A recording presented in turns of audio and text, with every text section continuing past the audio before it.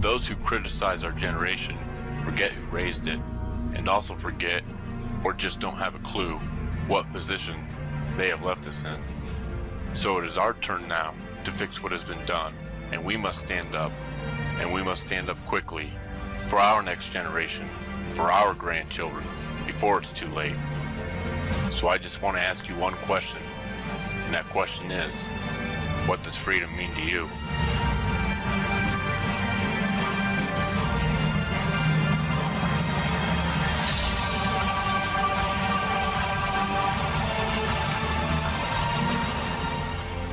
Number four, we cut federal employment by at least 10% through attrition. And finally, we say to federal employees, you're not going to make more money than the people in the private sector who are paying for you. We link their compensation.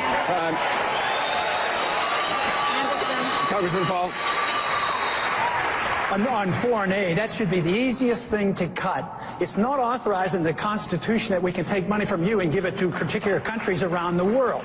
To me, foreign aid is taking money from poor people in this country and giving it to rich people in poor countries, and it becomes weapons of war, essentially. No matter how well motivated it is. Congressman Paul, would you cut aid to Israel?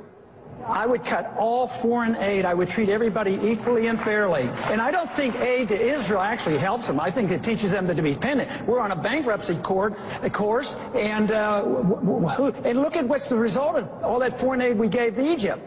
I mean, their dictator that we pumped up, we spent all these billions of dollars, and now there's a more hostile regime in Egypt, and that's what's happening all around Israel. That foreign aid makes Israel dependent on us. It softens them for their own economy, and they should have their sovereignty back. They should be able to deal with their neighbors at their own will.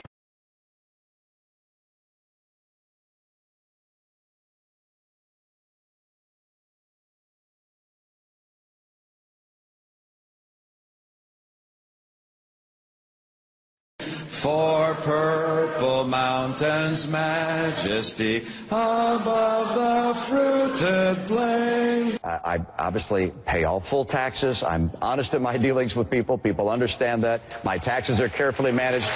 And I pay a lot of taxes. I've been very successful. And when I have our taxes ready for this year, I'll release them. I pay a lot of taxes. I've been very successful. I pay a lot of taxes. I've been very successful. What's the effective rate I've been paying? Well, it's probably closer to the 15% rate than anything, because my last 10 years,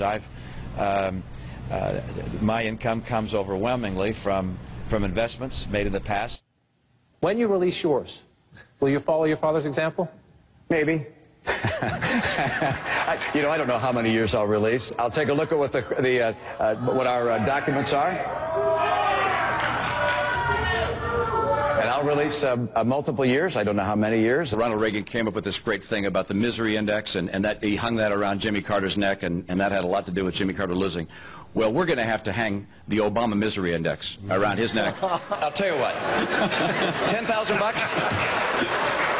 $10,000 bet? I'm not in the betting business. Oh, but okay. I should also tell my story. I'm also unemployed.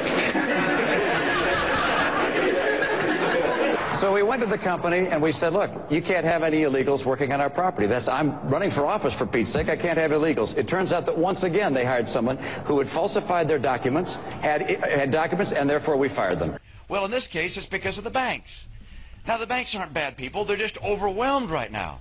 They're overwhelmed with a lot of things. One is a lot of homes coming in that are in foreclosure. I think people recognize that I'm not a partisan Republican, that I'm someone who is moderate, and that my views are progressive. But I was a severely conservative Republican governor. Now you asked me an entirely different question. What do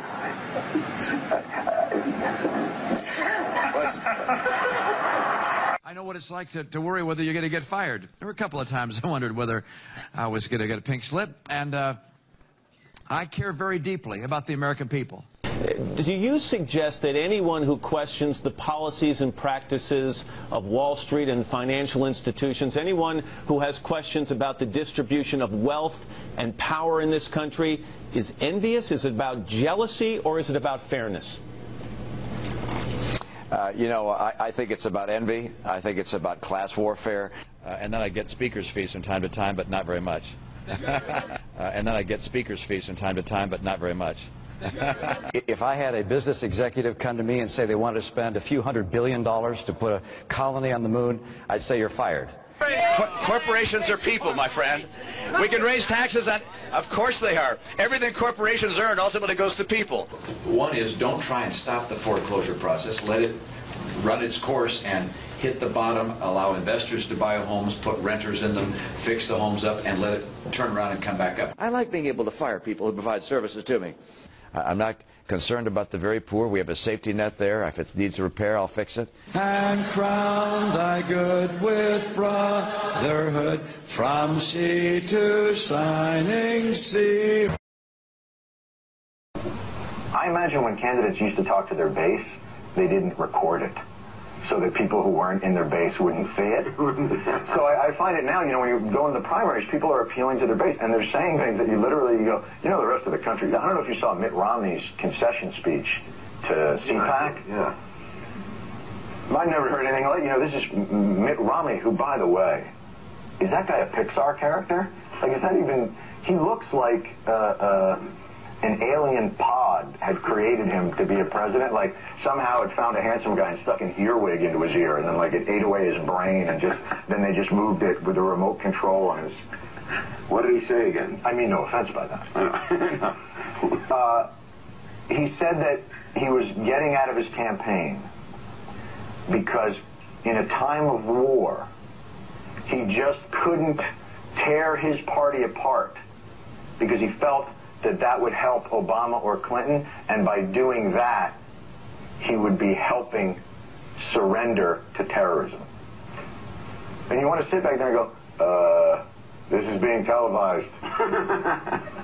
This is being televised to people who are not necessarily in that room, who may think that's kind of offensive. You're an idiot. It was like when he said, you know, my 5 sons, they're not fighting in Iraq. They're fighting to make this country great by riding around in a Winnebago with Mitt on the side of it. Jackass. No offense to Mitt Romney. No, I know. What do you say about religion? There is no religion without freedom, but there is no freedom without religion. What does that mean? Who the hell knows? But I'll tell you this, sure as hell isn't true.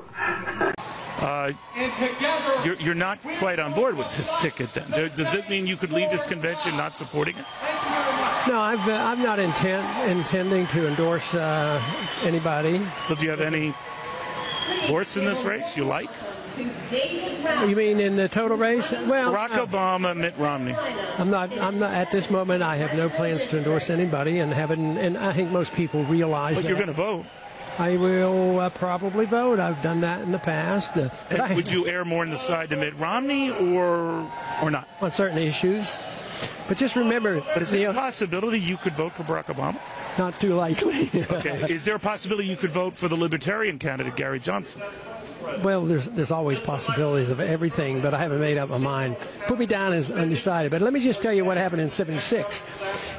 I'll ask Ron Paul if he's going to support Mitt Romney or try to undermine him at the convention. The Texas congressman will join us live this hour. We'll talk about his presidential hopes and the 2012 election. Your son, Senator Rand Paul, has endorsed Romney. I take it you're not yet ready yourself to endorse Romney, are you? No.